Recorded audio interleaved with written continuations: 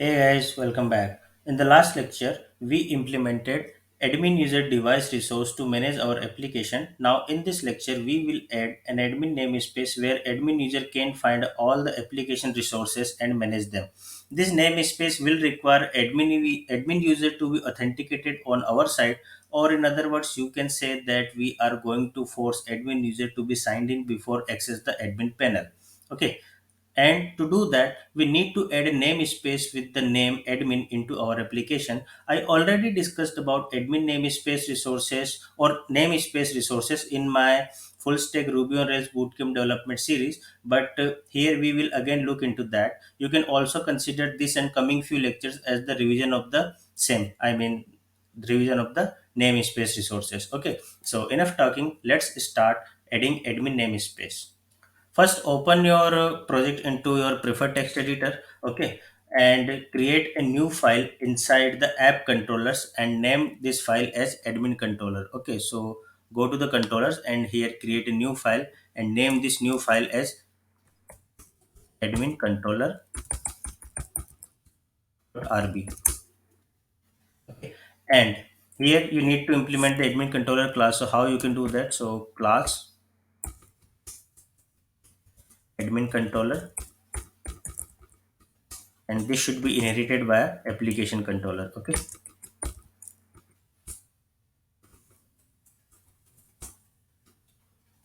we need to add before action authentication for admin user. Okay, before action is a callback which will allow admin user to access the admin namespace only when he is signed in, because this before action callback will check whether admin user is signed in or not on all the requests which comes to the admin controller or controllers inherited by this admin controller. Okay, so let's add the class, let's add the callback. So we will add before action and then authenticate admin user. This is the device callback which is provided by the device, and using this authenticate and your resource name callback, we can ensure that the resource must be signed in or must be authenticated before using the preferred controller actions or resources. Okay, that's it. Now we will not add any other action into this admin controller, but we will use this controller to inherit all other controllers or resources inside the admin namespace. Okay, now to add the admin namespace, we need to create a new directory inside the app controllers, and we need to name this directory as admin namespace, or sorry, admin only. Okay, so create a new folder inside the app controllers and name it as admin. Okay, and inside this admin directory we need to create a dashboard controller, and that should be inherited by the admin controller we created right now. Okay, so first save this admin controller, and now into this admin directory create a new file and name this file as dashboard controller.rb. Okay, and now let's implement this class dashboard controller and then inherited via admin controller. Okay, and let's save it. Now let me tell you the reason that why I am inheriting this dashboard controller via admin controller and why I created the admin controller. That I just wanted to keep the admin panel resources safe from the other customer side, because in application controller we might add some callbacks which are required for customer side as well and for admin side as well, but will be some callbacks or some actions that we only want to keep or we only want to make available for admin resource or admin panel. Okay, so that's why we created admin controller here, and now in this namespace we are inheriting all the controllers from the admin controller. Okay, and now the dashboard controller has been created. Okay, so let's add an action into it. So we can add def index and then close this. Okay, here I made a mistake. Let's define this dashboard controller like this. Okay, so admin dashboard controller and then admin controller. Okay, now save this file. Now, since we created the dashboard controller and added an action into it, it's time to create a route for this into routes.rb. Okay, so go to the config routes.rb, open your routes file, and here we will define our namespace resource. Okay, so we can add namespace, and the namespace name must be admin, and then do. And inside this namespace block, what we will do that we will add first route for our admin namespace, and that must be the dashboard. So we can add get dashboard. However, you can choose any name for this, like you can choose index page or dashboard page or dashboard 1, v1, v2, or admin panel, whatever name you want to provide it. But for simplicity and conventionally, let's provide it dashboard. Okay, and here we need to map the controller keys. Okay, so controller name is here dashboard, and then the action name. Okay, so now we mapped the dashboard route from the dashboard controllers index section for admin side. Okay, now let's try to visit this dashboard page on the browser. Okay, so let's switch to the browser. First save the routes file and go to the browser, and here what we can do. Okay, so let's type here admin and then dashboard. Okay, so when you click on this, you can see that you need to sign in or sign up before continuing. Why? Because we added the before action authenticate admin user inside the admin controller, and the dashboard controller is inherited via admin controller. Okay. Now let's sign in with the admin user on the browser. Okay, so go to the sign in form. Here we can use admin@webinary.com, and let's click on the login. And when you click on login, you can see that no template for interactive request or no template for dashboard controllers index action. Why? Because we just added routes and we defined the action inside the dashboard controller. Okay, and here you can see that we added the namespace route, but we missed one thing, that we need to provide a view template for this index section as well. So for that, what we need to do, we need to create the dashboard controllers views inside the app views. Okay, but first let's create an admin directory inside the app views. So go to the views and create a new folder here and name this as admin. This must be the namespace named directory. Okay, and all your namespace resources will fall under this directory, and there you can manage templates for your namespace resources. Okay, so now in this admin directory, what we need to do, we need to create another directory, and that name must be dashboard. Sorry, let me rename this. It's dashboard, not dashboard. So let's rename this. And after renaming this, I hope you will not make this mistake. So now in this dashboard directory, we need to create a file, and that file name must be index.html.erb. Index.html.erb.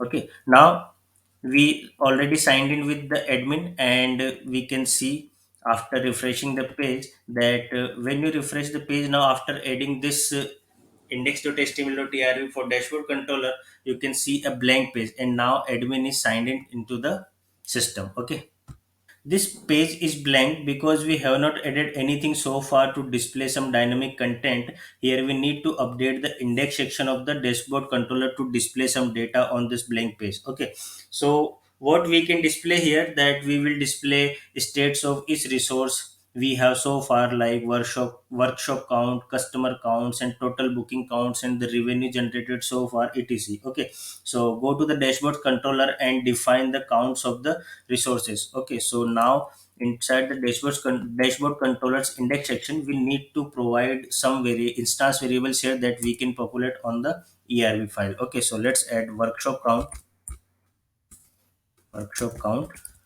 and that must be the count of all the workshops we have. So workshop.count. Okay, and now at the rate upcoming workshops count,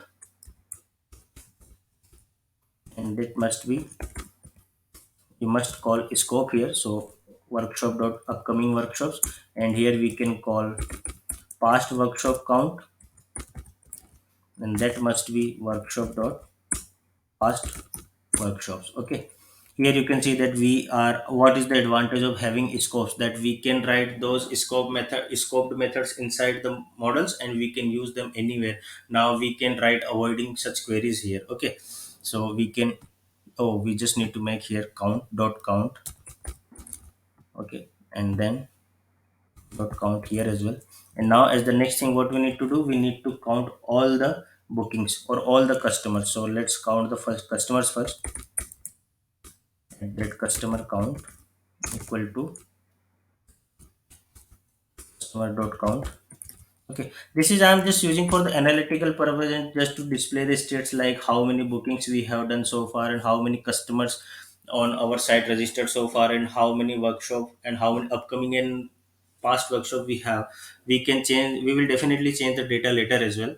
Okay, now we can do at the rate booking count equal to booking dot count. Okay, and now we need to mention the revenue earned or revenue generated here so far. Okay, so let's add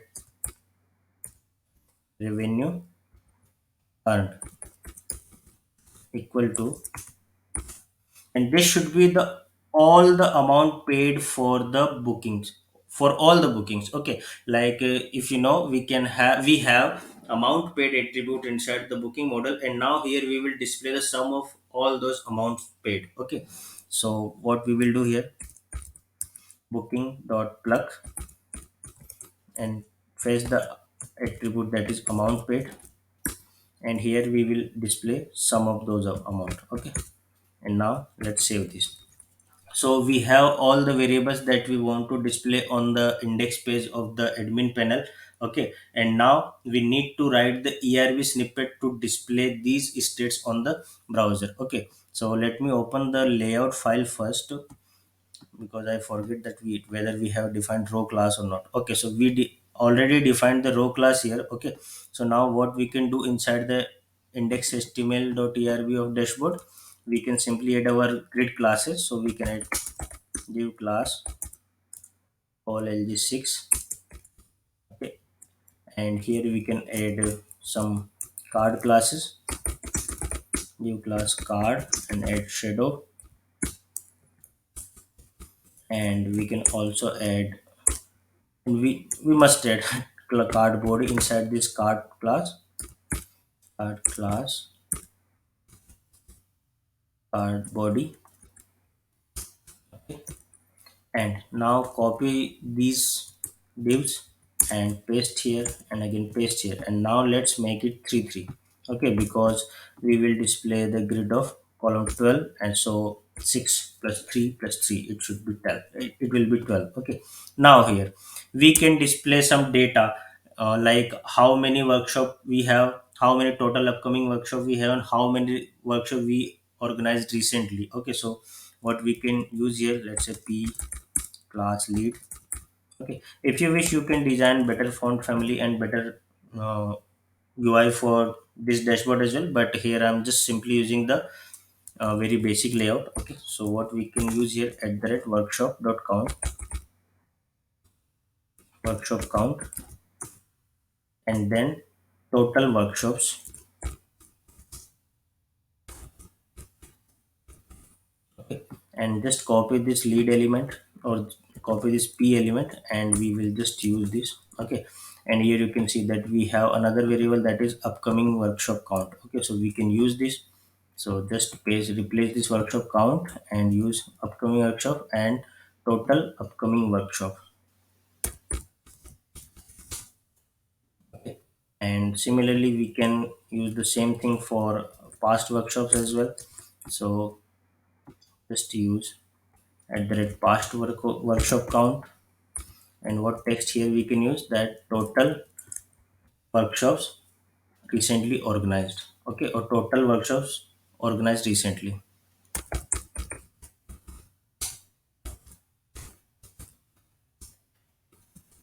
Organized. Okay, now in the next div, what we can use, that how many bookings has been done on our project, so on our site so far, and how much revenue we have earned.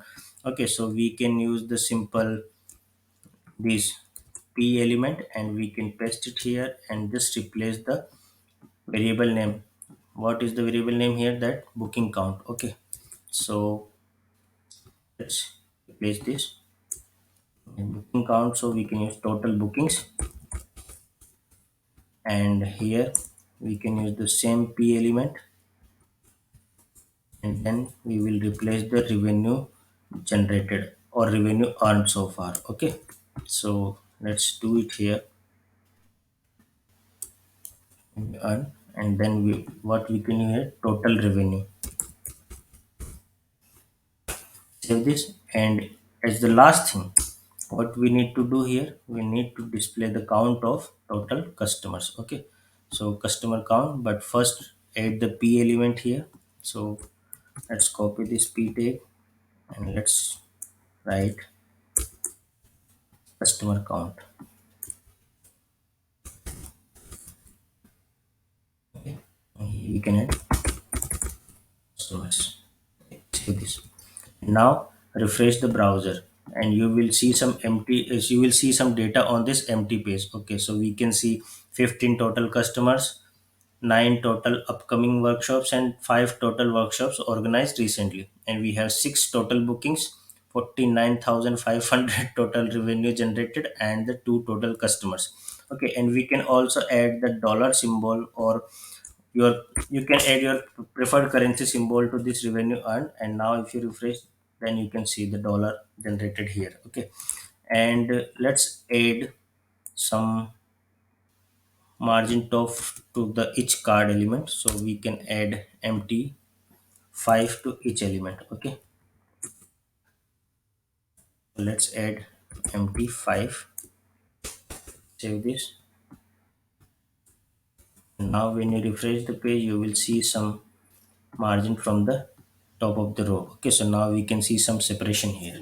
Okay, this was the objective of this lecture, to show you that how we can add admin namespace to our course project. Okay, you can follow the same approach to create namespace resources in any kind of Rails application, and this approach will work for the API only applications as well. Okay, and that's all from this lecture.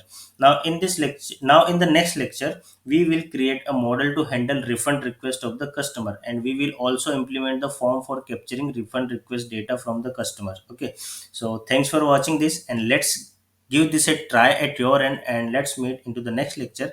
Till then, tata, goodbye, take care, and stay safe.